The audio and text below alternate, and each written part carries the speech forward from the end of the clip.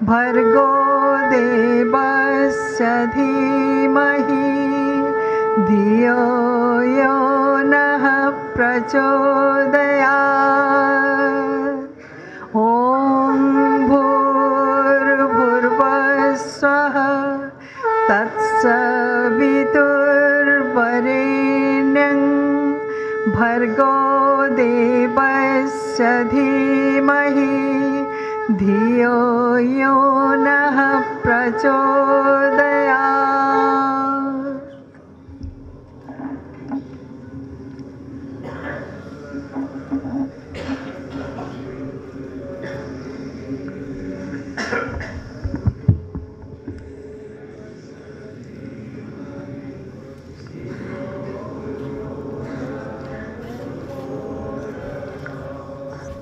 शांत। सुप्रभात। 3 दिवसीय ध्यान एवं मौन का वार्षिक 12वां साधना शिविर का अंतिम दिवस का पहला सत्र में आए हुए ध्यान ज्ञान के जिज्ञासु दिव्यात्माओं को मेरा प्यार भरा योगमय नमन। चित्त पर जमे वृत्तियों का संस्कार हमारे व्यवहार में सीधा उतरता है। हम जानते हैं ध्यान चित्त शुद्धि साधना का सर्वश्रेष्ठ उपाय है। हमारे आदरणीय अखिल भारतीय प्रधान योग रत्न माननीय देशराज जी के अथक प्रयास से यह ध्यान और मौन साधना शिविर 12वां साल में पहुंच गया है, जहां भारतीय योग संस्थान गृहस्थ सन्यासियों का निर्माण करता है। ध्यान शिविर उन सन्यासियों का चित्त शुद्धि करके उन हीराओं को तराशने का काम करता है। हम सबका परम सौभाग्य है कि पिछले 2 दिनों से इस उच्च कोटि का आध्यात्मिक शिविर का हिस्सा बन के ध्यान गंगा में हम गोते लगा रहे हैं।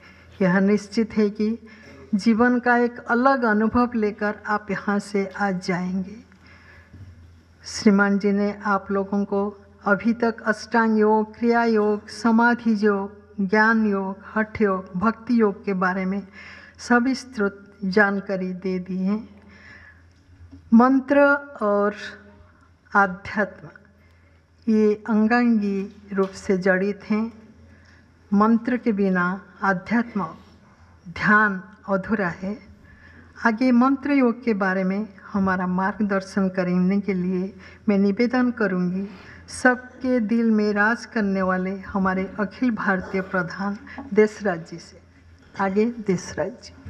ओम सहना भवतु सहनो भुनक्तु सह वीर्यं करवावहै तेजस्विनावधीतमस्तु मा विद्विषावहै। ओम शांति शांति शांति। पूजनीय मातृशक्ति, आदरणीय बंधु, वॉल्यूम थोड़ा ठीक करो हल्का सा।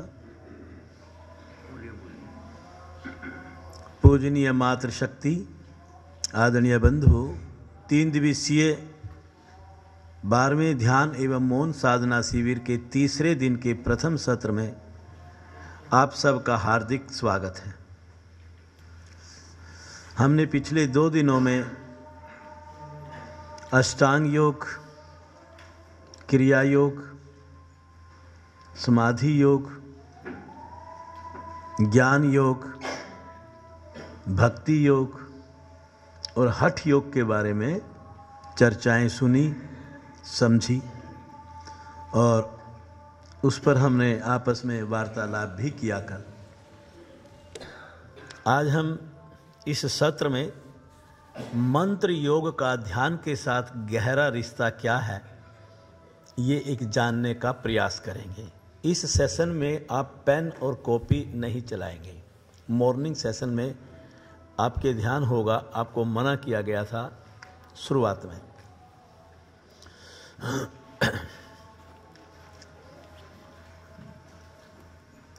मंत्र योग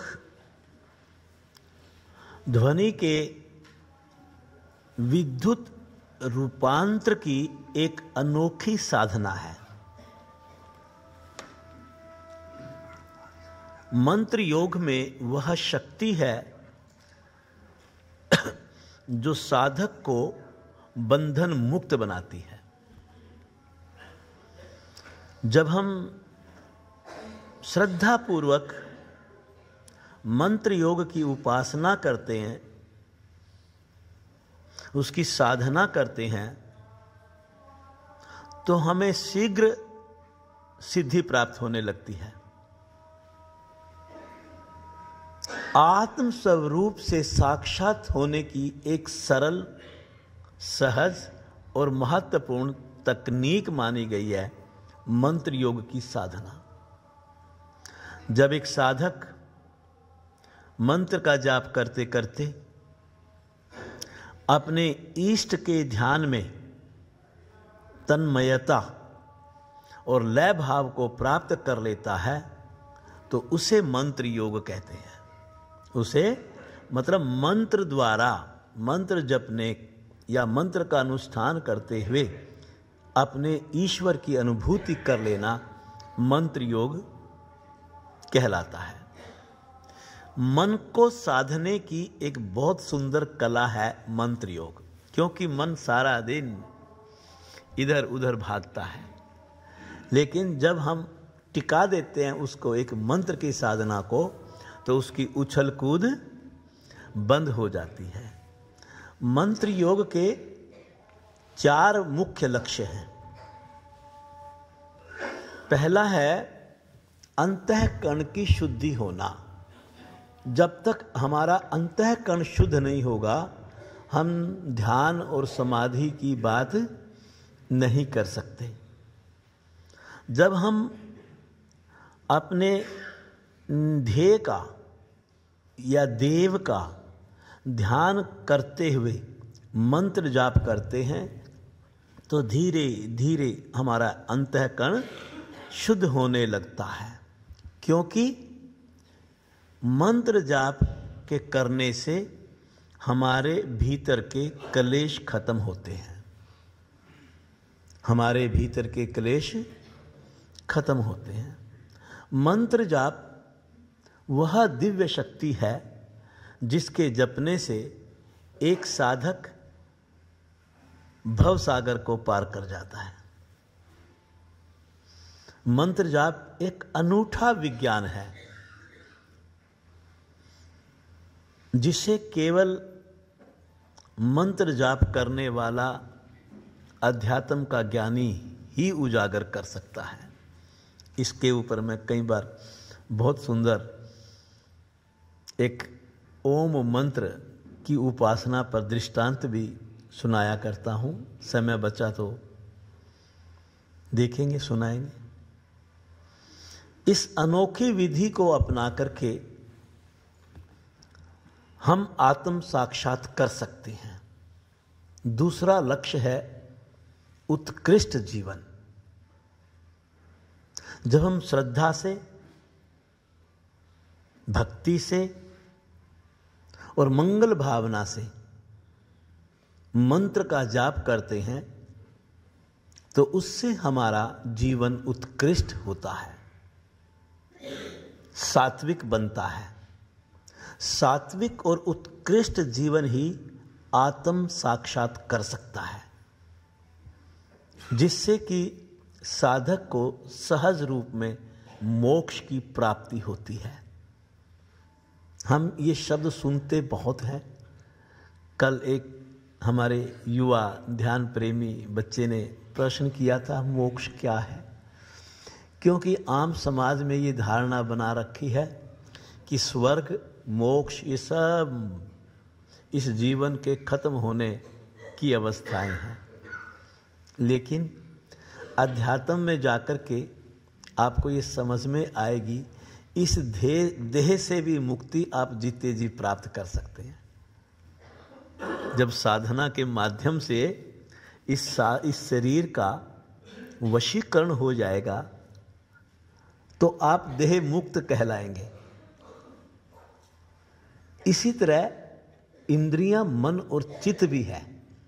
जब साधना के माध्यम से हम अपने इन इंद्रियों, मन, बुद्धि के ऊपर शासन करना सीख जाते हैं, वशीकरण करना सीख जाते हैं, इनको अपने काबू में, अपने नियंत्रण में कर लेते हैं, तो ये आपकी साधना में बाधक नहीं होते।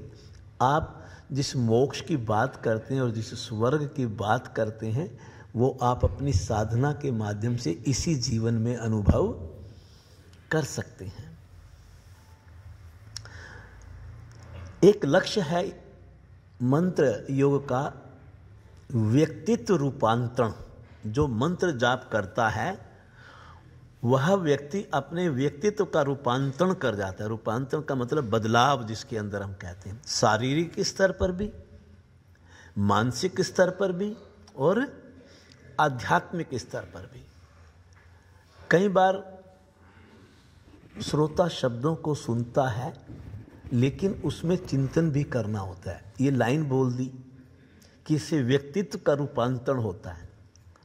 अगर कोई आपसे पूछे कि मंत्र योग से व्यक्तित्व का रूपांतरण कैसे होता है, देखिए एक थोड़ा सा इसका वैज्ञानिक दृष्टिकोण भी लाइए अपने भीतर। जब हम मंत्र योग की साधना करते हैं, आप देखते हैं हम 3 दिन से ओम मंत्र का जाप कर रहे हैं, उस समय हमारा नाता बाहरी दुनिया से बोलो कट जाता है। ये बात तो सत्य है ना। और साइंस ने भी इस बात को सिद्ध कर दिया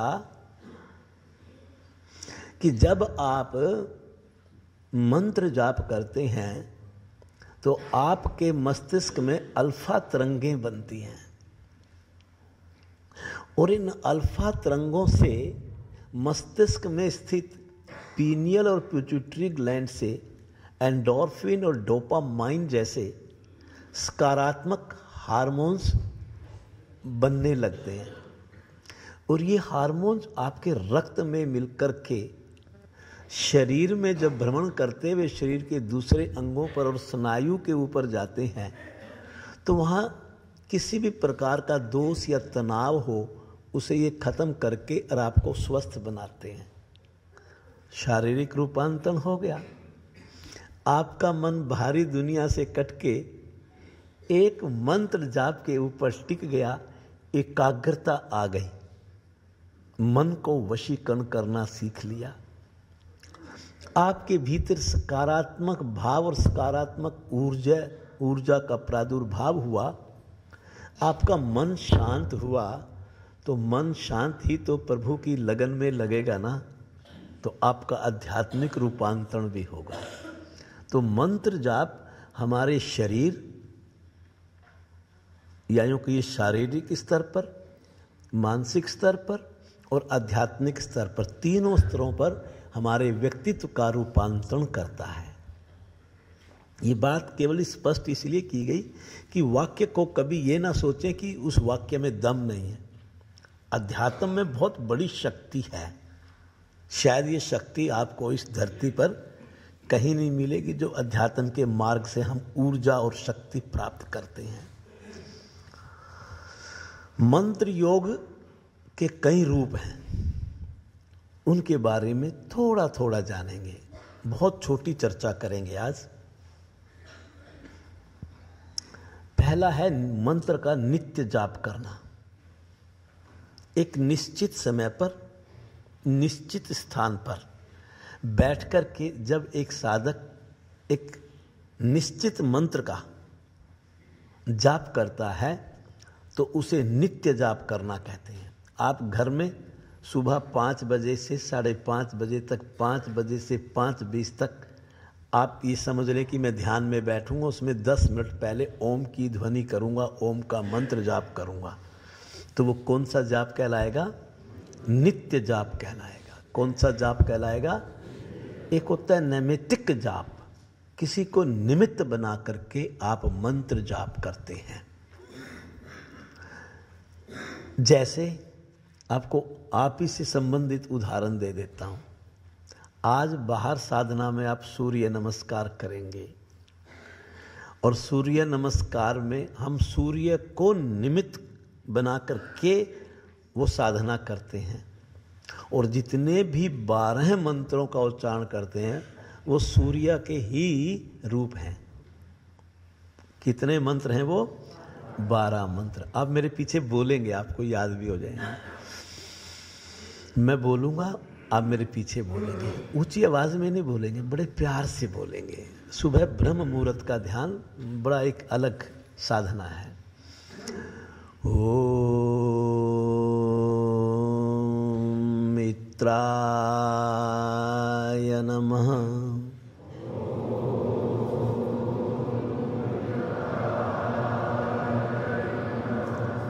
ओम रवे नमः।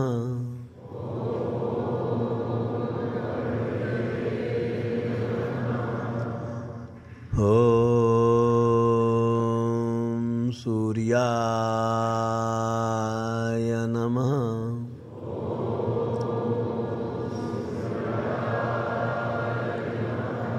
ओम भानवे नमः।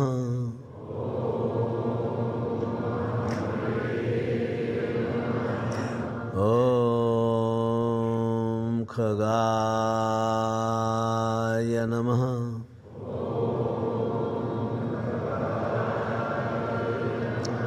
ओम पूषणे नमः।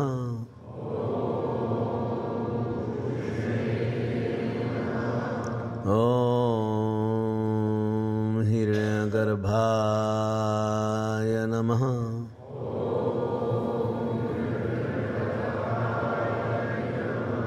ओम मरीचे नमः।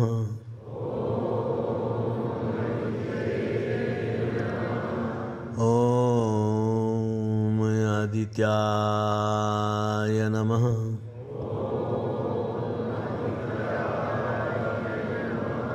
ओम सवित्रे नमः।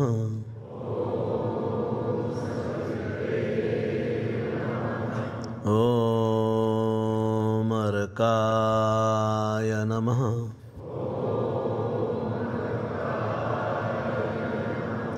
ओम भास्कराय नमः।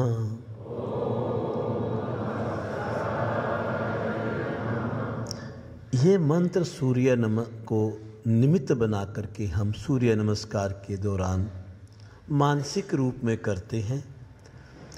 जब हम साधना करते हैं, पहले मंत्र को वाचिक रूप में किया जाता है, अन्य सभी मंत्रों को हमें मानसिक रूप में उसका उच्चारण करना चाहिए। केवल साधना करवाने वाला मुंह से बोल सकता है, लेकिन करने वाले को मानसिक रूप में जाप करना होता है। इसी प्रकार आप देवी मंत्रों का उच्चारण सिद्धि प्राप्त, शक्ति प्राप्त, शांति प्राप्त करने के लिए कर सकते हैं। दुर्गे देवी नमस्तुभ्यं सर्वकामार्थ साधिके सिद्धिम असिद्धिम वसोपने सर्व प्रदर्श्य। ओम जयंती मंगल काली भद्रकाली कपालिनी क्षमा शिव धात्री स्वाहा सबधा नमस्तते। आप भगवान शिव को निमित्त बना करके उनके मंत्र करते हो। पहले मन से बोलेंगे, पीछे आप बोलेंगे। ओम शिवाय नमः।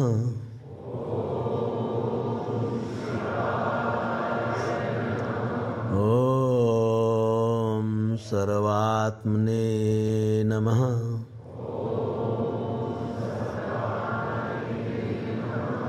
ओम त्रिनेत्राय नमः।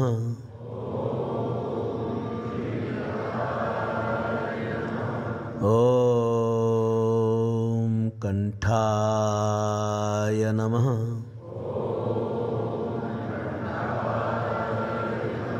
ओम वामदेवाय नमः।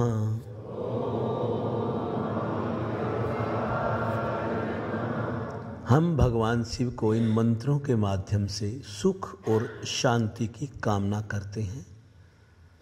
क्योंकि वो सुख और शांति देने वाले हमारे देव हैं। तीसरा जप जो होता है वो काम्य जप होता है। आप किसी कामना को या कामना की सिद्धि के लिए, कोई इच्छा पूर्ति के लिए आप जप करते हैं। जैसे पुत्र प्राप्ति के लिए जप। महर्षि पतंजलि के योग सूत्रों की बात करते हैं। आज सुंदर बात बताते हैं इस चर्चा में। महर्षि पतंजलि की माँ का नाम माँ गोनिका था, जो शास्त्रों में मिलता है। क्या था? माँ गोनिका। माँ गोनिका ने पुत्र प्राप्ति की इच्छा जाहिर की और उसके लिए उन्होंने भगवान शिव की आराधना की। और जब भगवान शिव की आराधना करके कहते हैं कि वो सूर्य को अर्घ दे रही थी जल का, और अंजलि की ऐसी आकृति बनाई, तो सूक्ष्म रूप में स्वयं सूर्य जो है ना, भगवान शिव के रूप में उन्होंने अवतार लिया। तो पतंजलि को भी भगवान शिव का अवतार ही माना गया। स्वयं हिरण्यगर्भ के रूप में देखा जाता है इनको। तो उन्होंने मंत्र जाप किया तो उनको पुत्र की प्राप्ति हुई। इसी तरह कल एक उदाहरण दिया था माँ आरंभा का, जिन्होंने भगवान शंकर की आराधना की, मंत्र जाप किया, तो उनको पुत्र के रूप में आदि शंकराचार्य की प्राप्ति हुई। और इसी तरह माँ भवनेश्वरी, क्या नाम लिया? कौन थी? स्वामी विवेकानंद जी की माँ। उन्होंने भी पुत्र प्राप्ति के लिए भगवान वीरेश्वर की आराधना की, मंत्र जाप किया, और उनको, इनका जो स्वामी विवेकानंद का नाम भी वीरेश्वर था, बाद में नाम स्वामी विवेकानंद पड़ा, तो उनको स्वामी विवेकानंद जैसी दिव्य आत्मा पुत्र के रूप में प्राप्त हुई। थोड़ा सा कहीं ना कहीं इसमें मंत्र सिद्धि भी दिखाई पड़ती है। एक दृष्टांत आता है, मैं कई बार सुनाता हूँ। एक राजा कौशिक हुए हैं, राजा कौशिक। अब राजा के पास तो दल बल सब कुछ होते हैं, तो वो अपने दल बल के साथ और जंगल में शिकार खेलने गए। कड़ी दोपहर थी, थक गए,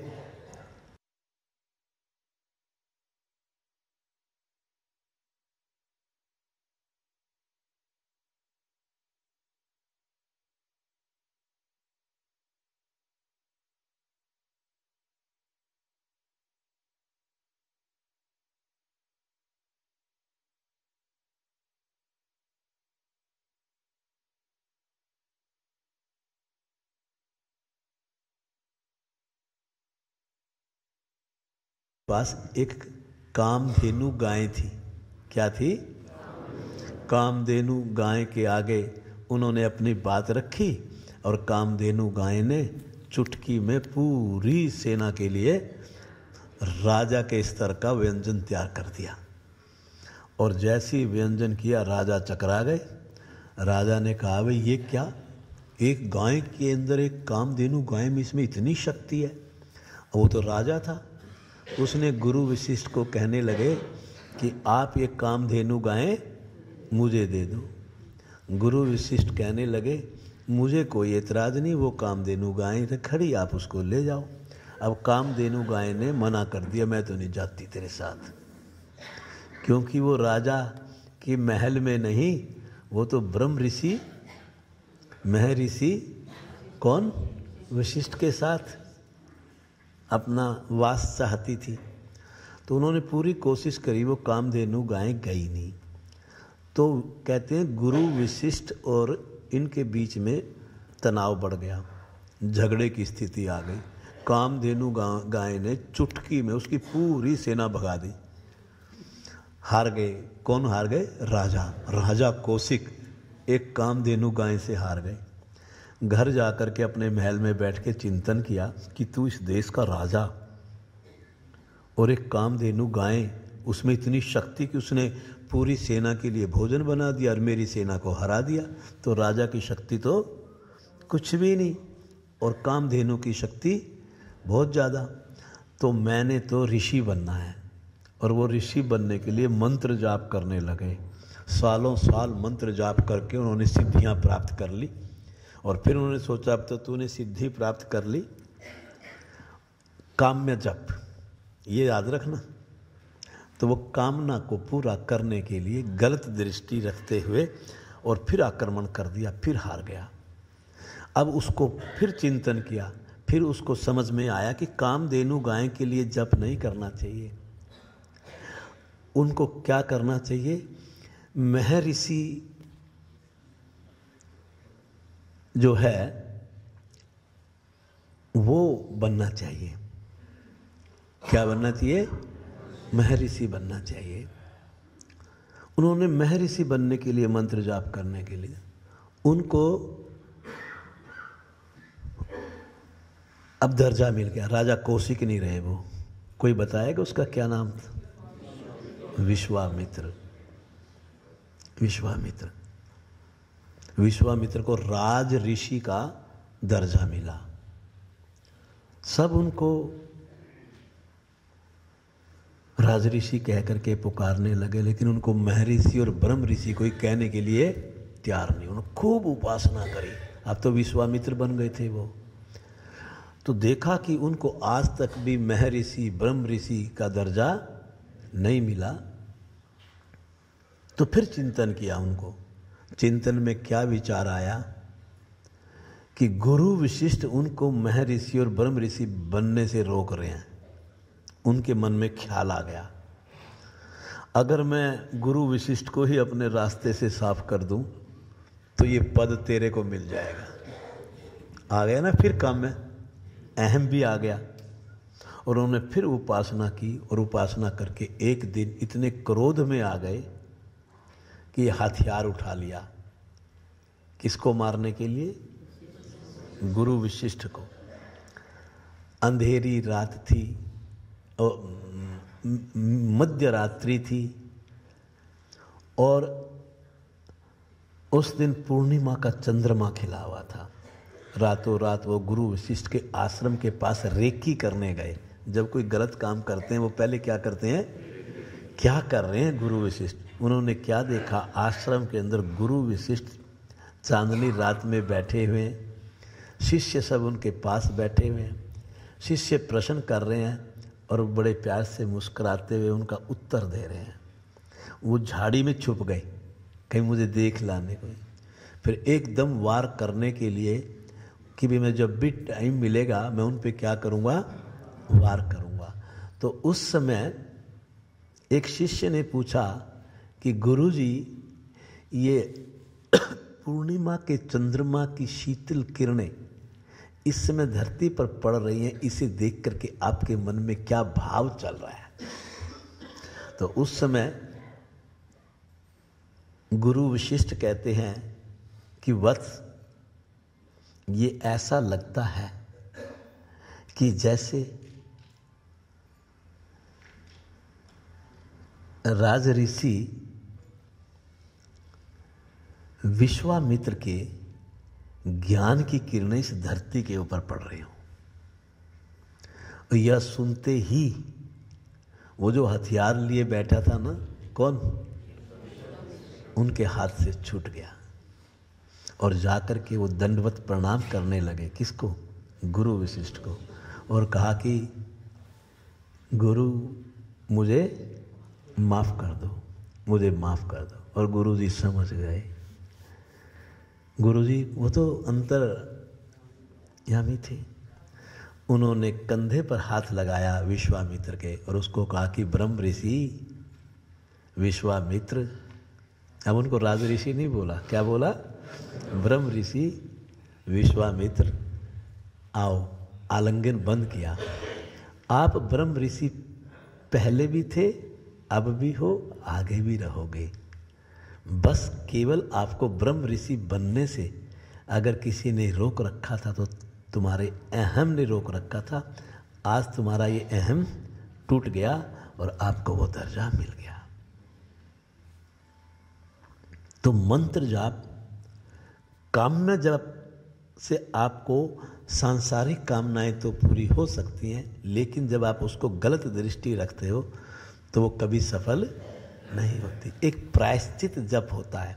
जब आपसे कभी गलती हो जाए तो आप जीवन में इसको अपना करके देखो, एकांत में बैठकर आप प्रायश्चित जप करो। जैसे कल एक उदाहरण आया था, रत्नाकर डाकू ने किया नारद जी के समझाने पर, और जब उन्होंने प्रायश्चित मंत्र जाप किया तो उस प्रायश्चित जप से एक रत्नाकर डाकू से कौन निकला? वाल्मीकि निकला। तो हमें जब कभी हमसे गलती होती है तो हमें प्रायश्चित जप भी करना चाहिए। एक अचल जप होता है। अचल जप किसको बोलते हैं? जब हम किसी एक जगह बैठ कर के बिना हिले डुले, जैसे हम आपको कहते हैं ना, जब आप यहाँ पर ध्यान करते हैं कि हिलना डुलना नहीं है, तो ये जप कौन सा हुआ? अचल जप। अचल जप से सिद्धि जल्दी प्राप्त होती है, इसलिए उसमें हमेशा हम कहते हैं कि स्थिर आसन में बैठो, ध्यानात्मक आसन में बैठो, शरीर को बार बार हिलाओ मत, स्थिरता प्राप्त करो। इसीलिए कहीं ना कहीं हमारे ऋषियों ने पहले आसन और प्राणायाम के अभ्यास की बात करी कि वो करके आप ऐसी सिद्धि प्राप्त कर लो, आप 15 मिनट, 20 मिनट, आधा घंटा, 1 घंटा बिना हिले डुले मंत्र जाप कर सको। एक चल जाप भी होता है। ये ऐसा नहीं है कि आप चलते हुए भगवान का जाप नहीं कर सकते। आप कार में बैठे हुए कहीं जा रहे हैं, आंख बंद कर लो, जाप करना शुरू कर दो। आप चलते जा रहे हैं, चलते चलते, अब मैं कल भी आपको बोला था कि आप जाप करते करते बाहर साधना स्थल पर जाओ, जाप करते करते आप अपना आसन बिछाओ, उसमें आप चलते उठते बैठते फिरते घूमते केवल अपने भगवान का जाप करते, आपका मन दाएं बाएं नहीं जाता। उसको कौन सा जाप बोलते हैं? चल जाप। एक बात जरूर याद रखना, अब 3 शब्द ऐसे बोलूँगा, उनका जरूर आपको ये पता होना चाहिए, वो विशेष जाप कहलाते हैं। वाचिक जाप, उपांशु जाप और मानसिक जाप। आप वाचिक और मानसिक जाप तो जानते हैं, लेकिन उपांशु जाप का चर्चा कम होती है। तीनों को इकट्ठा बतला रहा हूँ, समय की बचत हो जाएगी। वाचिक जाप होता है जो बोल करके किया जाता है। हम जैसे हर रोज ओम की ध्वनि हर चर्चा के बाद कर रहे हैं, 3 दिन से कर रहे हैं ना, तो वो कौन सा जाप है? वाचिक जाप। वाचिक जाप से मेरा रिश्ता बाहरी दुनिया से कटता है। और दूसरा है हमारा उपांशु जाप। उपांशु जाप में हम कंठ का प्रयोग नहीं करते, केवल हमारे होठ हिलते हैं, जीवा हिलती है, हम शब्द पूरा बोलते हैं, लेकिन वो स्पष्ट नहीं होता, सामने वाले को सुनाई नहीं। आपको स्पष्ट है लेकिन दूसरे को सुनाई नहीं देगा। और तीसरा होता है मानसिक जाप। उसमें ना होठ हिलते, ना जीवा हिलती, ना कंठ से काम लिखते, केवल मनः पटल पर मंत्र जाप चलता है, उसको मानसिक जाप कहते हैं। शास्त्रों में कहा गया है, अगर वाचिक जाप का लाभ 10 गुना मिलता है तो उपांशु जाप का लाभ उससे फिर 10 टाइम्स 100 गुना मिलता है। अगर उसका 100 गुना मिलता है तो उसका फिर 10 टाइम्स कर दो, मानसिक जाप का 1000 गुना मिलता है। क्योंकि मानसिक जाप ही स्वाभाविक जाप में बदलता है, जिसे हम जहां प्रज्ञा जाप करती है, मन नहीं करता। मन जब शांत हो जाता है तो मानसिक जाप खत्म, फिर प्रज्ञा उत्पन्न होती है, जिसे हम रितंब्रा बुद्धि कहते हैं, फिर वो जाप करती है। उसको कहते हैं स्वभाव में जाप चलना। आप जाप नहीं कर रहे हैं, ना आपका शरीर जाप कर रहा है, ना आपका मन जाप कर रहा है, प्रज्ञा जाप कर रही है। इसे कारण शरीर की उपासना कहा गया है। क्या कहा गया है? कारण शरीर की उपासना। ये इतनी उच्च स्तर की उपासना होती है कि कारण शरीर की उपासना में जब प्रज्ञा जाप करती है, स्वभाव से जाप चलता है, तो इसी से इति विराम की स्थिति आती है। किसकी स्थिति आती है? इति विराम में आपका जाप बंद हो जाता है। अब आपकी आत्मा और परमात्मा दोनों मिलकर के एक हो जाते हैं, जिसको हम निर्विकल्प अवस्था कहते हैं। मंत्र जाप आपको इस तरह आत्म साक्षात्कार और आपकी निर्विकल्प अवस्था या समाधि के अंदर ले जाने की बहुत सुंदर तकनीक है। नाम और भी हैं जो मैंने नहीं लिए। अखंड जाप है, आप घरों में रखते हो। आप अखंड जाप में समय, देश, स्थान, काल, पवित्र अपवित्र का ध्यान नहीं रखते।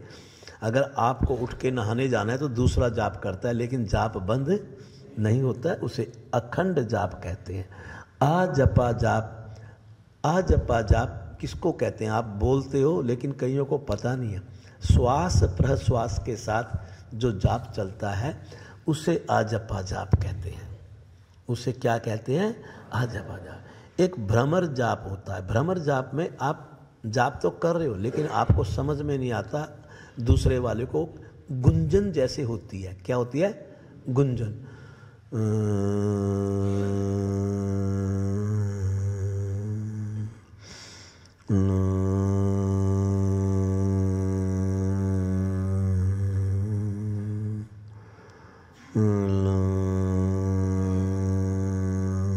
आपको समझ में आया मैंने कौन सा मंत्र बोला?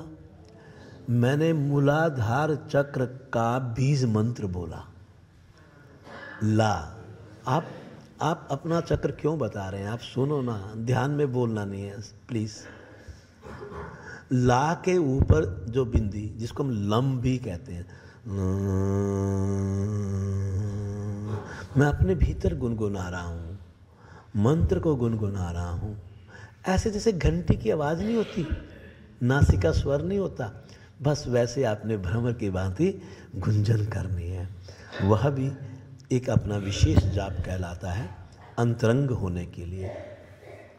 एक प्रदक्षिण जाप भी होता है।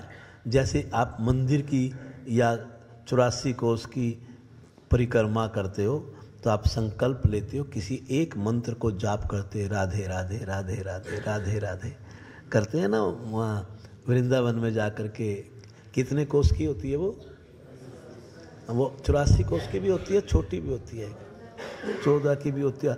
आजकल तो उससे छोटी भी कर दी होगी, तो आजकल तो कार में बैठ के भी कर लेते हैं। लेकिन सच्चाई तो वही है कि पर उसको वैसे प्रदीक्षण जाप के अंतर्गत आती है वो साधना। हम तो क्या करते हैं, कोल्ड ड्रिंक पीते हैं, रास्ते में हम पिज़्ज़ा खाते हैं और गप्पे मार के चुगली करते हुए वो कर रहे होते हैं, परिक्रमा कर रहे होते हैं ना। वो वास्तव में प्रदीक्षण जाप के अंतर्गत वो साधना आती है। उतनी देर बोलना नहीं होता, आप केवल मंत्र जाप करते हो, वास्तव में वो साधना है, वो गलत नहीं है। आप किसी मंदिर में जाते तो एक परिक्रमा का मार्ग बना होता है, वहाँ मंदिर के में ही आपने देखा है बड़े बड़े मंदिरों में, तो आप उसमें माना 11 बार आप प्रदीक्षण कर रहे हो, आप प्रदीक्षण कर रहे हो, तो उस समय आपको प्रदीक्षण जाप करना चाहिए। सच्चाई है। हम वहाँ गप्पे मारते, मंदिर बहुत अच्छा है, देखो कितनी सफाई है। आप उस समय क्या कर रहे हैं? ये आपको क्या करना चाहिए उसमें बोलिए? एक अपने यहाँ महर्षि पतंजलि ने मंत्र जाप के ऊपर एक बड़ा सुंदर सूत्र दिया, तस्य वाचकः प्रणवः। मेरे ईश्वर को मंत्र के रूप में कैसे पुकारो? प्रणव नाम से पुकारो। बोलिए किस नाम से पुकारो? प्रणव नाम से पुकारो। प्रणव कहा गया ओम को, और ओम क्या है? ओम मेरे भगवान का नाम है। आपने अपने बच्चों का नाम रखा, नामकरण संस्कार करते हैं आप, हमारा नाम हमारे माता पिता ने रखा। आप कल्पना करो अगर हमारे माता पिता हमारा नाम ना रखते तो हमें लोग कैसे पुकारते? ओए ओए, जिंदगी दुर्लभ हो जाती। क्या हो जाती? जीना दुश्वार हो जाता। तो जैसे मेरे माता पिता ने मेरा नाम रखा, ऐसे ही मेरे प्रभु का भी नाम है। जब तुम अपने बच्चे को पुकारते हो, श्याम इधर आ, राम इधर आ, पुकारते हो ना, तो ऐसे कभी कभी अपने प्रभु को भी तो उसके नाम से पुकार के देखो। तो मेरे प्रभु को पुकारने का नाम बोलिए क्या है? और आपको बताऊं, अपने प्रभु और प्रभु के नाम के बीच में कल एक शब्द आया था अज्ञानता में, नित्य और अनित्य, अविद्या में नित्य को अनित्य, अनित्य को नित्य समझना। अनित्य को मेरे प्रभु और प्रभु के नाम में जो संबंध है वो संबंध नित्य संबंध है, वो कभी भी टूटने वाला नहीं है, वो कभी भी बोलो टूटने वाला नहीं है। जैसे पिता और पुत्र का है, मैं बड़ा अच्छा उदाहरण दिया करता हूँ ये। अगर कोई बेटा बाप से नाराज हो जाए, अगर कोई बेटा बाप से नाराज हो जाए और फिर वो अलग रहने लग जाए और अपने पिता को बोले मैं तेरा पुत्र नहीं हूं, आजकल कुछ नहीं पता क्या कहेंगे, मैं तेरा पुत्र नहीं है। अच्छा एक बात बताओ, उसने नाराज होकर के बात कह दी कि मैं तेरा पुत्र नहीं है, क्या वो साबित कर सकता है? क्योंकि पिता और पुत्र का रिश्ता खत्म नहीं हो सकता। तो वैसे ही मेरे प्रभु का और ओम का संबंध है जो हमेशा हमेशा चलने वाला है, नित्य संबंध है। एक सूत्र आता है, पर्णो धनु शरो ही आत्मा ब्रह्मतलक्ष मुच्यते अपरमतेन वेदव्यम सर्वतन्मयो भवेत्। अर्थात ओम जो है ये एक धनुष के समान है और आत्मा एक तीर बाण के समान है और ब्रह्मा लक्ष्य के समान है। इसलिए एक ध्यान के प्रेमी को ओम रूपी धनुष, ओम रूपी धनुष और आत्मा रूपी बाण से ब्रह्म रूपी लक्ष्य को प्राप्त कर लेना चाहिए। ब्रह्म रूपी बाण को प्राप्त कर लेना चाहिए। इसके लिए एक आपको मैं कई बार वो दृष्टांत सुनाया करता हूँ ओम के ऊपर, वही सुना दूँ? हाँ, दृष्टांत तो बहुत है क्योंकि वो इसके ऊपर फिट बैठता है। एक युवा ब्राह्मण था,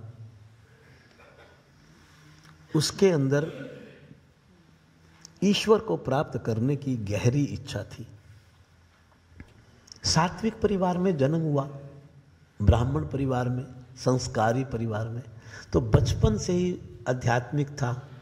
तो उसने मन में ठान लिया कि मैंने प्रभु को पाना है, इस जीवन के रहस्य को समझना है, वो चाबी निकालनी है जिससे रहस्य खुल जाए।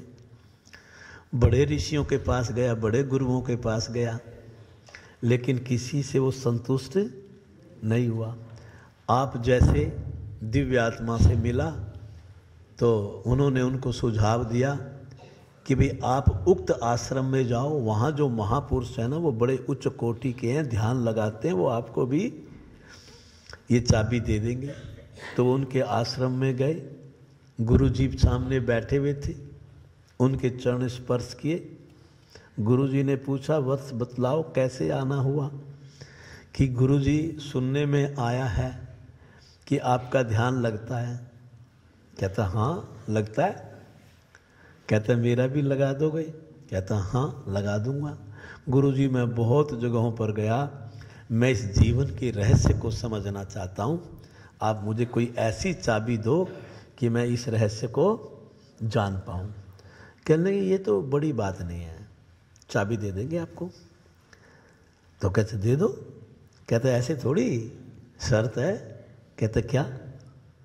कहते आपको 6 महीने आश्रम में रहना पड़ेगा और आश्रम का जीवन जीना पड़ेगा और यहाँ सेवा करनी पड़ेगी। कहने शर्त मंजूर है। बस उसी समय से उन्होंने आश्रम में रहना शुरू कर दिया। सारा काम करता, झाड़ू लगाता, पोछे लगाता, बर्तन साफ करता, सब्जी काटता, भोजन बनवाता, भोजन परोसता। मानो कि आश्रम का कोई कार्य ऐसा नहीं जो वो युवा ब्राह्मण ना करता। क्यों करता था? क्योंकि उसके अंदर एक ही जिज्ञासा थी, इच्छा थी कि मुझे इस जीवन के रहस्य को जानने की गुरुजी से चाबी चाहिए। अब 6 महीने पूरे हो गए, अब गुरुजी ने चाबी नहीं दी, गुरुजी ने चाबी न दी। काम तो करता रहा 1-2 दिन, पर मन में एक ही बात घूमती रही। पूछो क्या? कि चाबी तो दे नहीं रहे गुरुजी। एक दिन दोपहर को गुरुजी विश्राम कर रहे थे, शिष्य ने क्या किया, सेवा करते रहे, पाँव दबाते रहे और साथ में बोले, गुरुजी कहता आपको पता है? कहता क्या? मुझे आश्रम में रहते हुए 6 महीने हो गए। कहता अच्छा? कहता हाँ। कहता वो चाबी नहीं दी आपने। कहते दे देते। और उनके कान में गुरुजी ने कहा कि वत्स जाओ, एकांत में बैठ करके ओम की उपासना करो, ओम का मंत्र जाप करो। ओम का मंत्र जाप करते करते करते करते आप जब उसकी परिपक्व अवस्था में पहुंचोगे, आपको जीवन का रहस्य समझ में आ जाएगा। अब ब्राह्मण तो खुश हो गया, युवा ब्राह्मण, उसने कहा ये तो बड़ा आसान काम है, ओम ही का तो जाप करना है, आप भी तो रोज करते ही हो और मैं कर लूँगा। गया एकांत में बैठ करके और ओम का जाप करना शुरू कर दिया। अभी 10 मिनट, आधा घंटा, घंटा ही हुआ तो दूसरी आवाज़ टकराई कान से ओम की। तो उन्होंने सोचा कि तेरी प्रतिध्वनि है। क्या है? प्रतिध्वनि। करता रहा, फिर थोड़ी देर में फिर दोबारा रिपीट हो गई। फिर शक हो गया कि तेरी प्रतिध्वनि नहीं है। आँख खोल ली, आँख खोली, देखा कोई दूसरा व्यक्ति बोल रहा था ओम। खड़ा हो गया, कहता ये तो गड़बड़ है। थोड़ा चल दिया तो उसने क्या देखा, एक भिखारी एक बूढ़ी अम्मा के दरवाजे जाके दरवाजा खटखटाया और कहा ओम भिक्षाम देही। बूढ़ी अम्मा बाहर आई, ओम भिक्षाम लेही। लो, अब युवा ब्राह्मण को तो गुस्सा आ गया, चेहरा लाल, बीपी 120 से 220 सीधा चढ़ता है आजकल तो। और मन में भाव आया कि गुरुजी ने तो बेवकूफ बना दिया, ठग लिया तुझे। 6 महीने खूब बर्तन साफ करवाए और दिया कुछ नहीं। चल दिया कहाँ? हाँ, लाल चेहरा हो रहा है। अब गुरुजी समझ गए दूर से देख के, वो तो सिद्ध पुरुष थे। उन्होंने कहा वत्स क्या हुआ? गुरुजी क्या नहीं हुआ ये पूछो। आपकी वो चाबी बेकार थी, सारे लिए घूमते हैं। एक भिखारी के पास देखी मैंने, राहगीर के पास देखी मैंने, बूढ़ी अम्मा के पास देखी मैंने, वो नहीं काम करेगी। कहता वत्स नाराज क्यों होते हो, दूसरी चाबी दे देते हैं आपको। कहने लगा दे दो, दे दो। तो उस समय गुरुजी अपने कुटिया से एक पत्थर लेकर के आए। क्या लेके आए? पत्थर ला करके, और उन्होंने किसके हाथ पे रख दिया? युवा ब्राह्मण के। कहा कि बाजार में जाओ और इसकी कीमत पूछ के आओ। जब आप इसकी कीमत बता दोगे मैं आपको दूसरी चाबी दे दूंगा। तो उस समय युवा ब्राह्मण बाजार में जाता है, सब्जी वाले की दुकान पे गया। सब्जी वाले ने मजाक किया, तू पागल है, ये पत्थर की कीमत होती है कोई? तेरा पत्थर थोड़ा चिकना सा है, तुझे ज़्यादा ही वो है तो इसके बराबर में तुझे सब्जी तोल करके दे देता हूँ, तेरा एक टाइम का खाना बन जाएगा। कहता नहीं, बेचना नहीं है। हर प्रकार की दुकान पर गया वो, सुबह से शाम हो गई, घूमता रहा, किसी ने भी उसकी कीमत, थक गया, हार गया और वो वापस अब चलने लगा। कहाँ के लिए? आश्रम के लिए, ये कहने के लिए कि इसकी कीमत किसी ने नहीं बताई। रास्ते में एक जोहरी की दुकान पर नज़र पड़ गई। दुकान में प्रवेश किया और जोहरी के हाथ में पत्थर रखते हुए बोला कि भाई अगर तुम बता सकते हो तो इस पत्थर की कोई कीमत बता दो। जोहरी ने उस पत्थर को देखा, 3 बार पलटा, जोहरी चकरा गया। फिर उसने युवा ब्राह्मण को 3 बार ऊपर से नीचे तक निहारा और पूछा कि कीमत बाद में बतलाऊंगा, पहले तू ये बता ये पत्थर लाया कहाँ से। ये पत्थर, क्योंकि ये पत्थर या तो किसी राजा के पास हो सकता है या किसी चोर के पास। राजा तू है नहीं और चोर मुझे लगता नहीं, चोर मुझे लगता नहीं। तो उस समय युवा ब्राह्मण कहता है ये मेरे गुरुजी ने दिया है कीमत पूछने के लिए। कहता पगले, जिसको तू पत्थर समझ रहा है ना, और तेरा गुरु तू पत्थर समझ रहा है, ये उसको क्या पता है बेचारे को, गुरुजी को सारा खेल पता था। कहते पत्थर नहीं है, कहता ये अमूल्य हीरा है। क्या है ये? इसकी कीमत मैं क्या बताऊंगा, तू अपने मुंह से जो मांगे मैं तेरे को उसकी कीमत दे दूंगा। अब पहले तो जुहारी जो सुनार था, जौहरी, वो चकराया। अब कौन चकरा गया? युवा ब्राह्मण। उसकी आंखें खुली खुलाई रहेगी, कहता है मुझे बेचना नहीं है, ये पत्थर मेरा वापस दे दो। और लेकर के अब उसके चलने की स्पीड दुगनी हो गई, भागता हुआ कहाँ पहुंचा? गुरुजी के पास। और गुरुजी के हाथ में पत्थर पकड़ाते हुए बोला, गुरुजी आपको पता है? कहते क्या? कहते जिसको आप पत्थर कह रहे थे ना, वो पत्थर नहीं है। तो क्या है वत्स वो? कहते वो अमूल्य हीरा है। कहते अमूल्य हीरा है? कहता हाँ। कहता तुझे कैसे पता चला? कहता मैंने इस शहर में किसको नहीं छोड़ा जिससे पूछने गया, सब अज्ञानी है इस यहाँ पर, सब ने उसको पत्थर बतलाया, हर दुकानदार ने पत्थर बतलाया। कहता गुरुजी मैं शाम हो गई, थक गया, और जब थक करके मैंने एक जौहरी से पूछा तो जौहरी ने मुझे बतलाया कि ये पगले, ये पत्थर नहीं, ये तो हीरा है।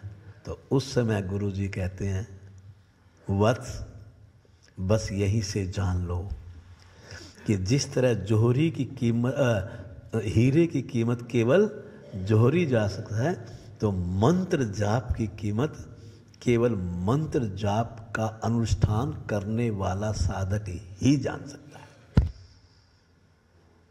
तो जब हम मंत्र जाप करते हैं तो हमारे मन में ये भाव आना चाहिए कि वो एक कल एक शब्द आया था धैर्य, एक आया था दीर्घ काल। जब लंबे समय तक श्रद्धा से हम मंत्र जाप करते हैं तो इस साधना से हमारे भीतर जो विद्युत धारा का रूपांतरण होता है, धीरे धीरे मेरे शारीरिक और मानसिक स्तर का रूपांतरण होते होते जिस दिन आध्यात्मिक रूपांतरण होता है तो मेरा साक्षात सीधा मेरे, बोलिए, प्रभु से होता है। आइए आज हम जैसे हीरे की कीमत जौहरी ने बताई थी, ओम मंत्र की कीमत आप जानेंगे। हम ओम का जाप करेंगे, मन से करेंगे। एक बार खड़े हो जाएंगे।